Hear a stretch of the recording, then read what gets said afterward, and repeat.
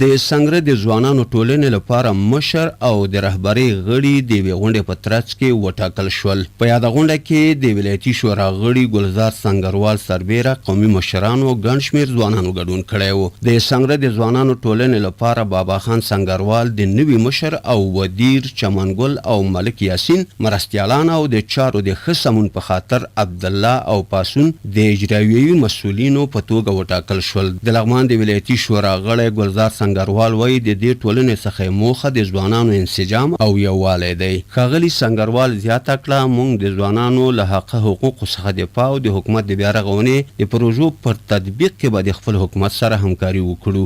نن د مهترلام ښار پورې اړوند د سنګر اوسیدونکو ځوانانو د شهید مولوي محمد یونس چوک د سنګر پلازې د غونډو په تالار کې غونډه ونیوله چې د رایو په اتفاق سره بابا خان سنګروال د سنګر د ځوانانو مشر وټاکل شو. ودیر صاحب او چمنګل ملک یاسین د معاونینو ټاکل شول.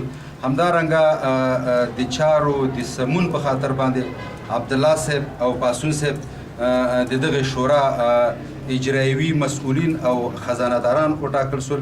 د دغه شورا هدف د سنګر د ځوانانو انسجام او یووالی هدف ده. همدارنګه د دې د خپلو حقه حقوقو څخه دفاع د دې ترڅنګ د دولت سره په انکشافي بیا رغونې پروګرامونو کې همکاري ده. دولت خپلو مسؤلیتونو ته د سنګر په ارتباط په مهترلام کې میشت د سنګر د خلکو ستونزو مشکلاتو ته دولت او مسؤلین متوجه کول دي. همدارنګه د بیا رغونې د انکشافي پروژو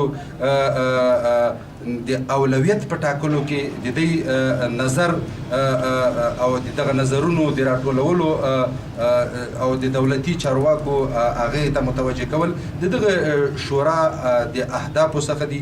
په دغه شورا کې د سنګر د نیازیو ځینو قومي مشرانو سپین ږیرو هم ګډون کړی و. نوموړي وویل دا ځوانان به د ولس ستونزې ولایتي ادارې سره شریکوي او له ولایتي مسؤلینو سره به په ګډه د خپلو خلکو ستونزې حلوي. د سنګره د ځوانانو نوي مشر بابا خان سنګروال وویل ژمنه کوم چې د ځوانانو یووالي ته به ډېر کار وکړم تر څو شته ستونزو ته د قانون په چوکاټ کې د حل مناسبې لارې چارې پیدا کړو. نوموړي زیاته کړه له قومي مشرانو او خپلو همکارانو سره به په ګډه د ولسونو ستونزې حل کړو.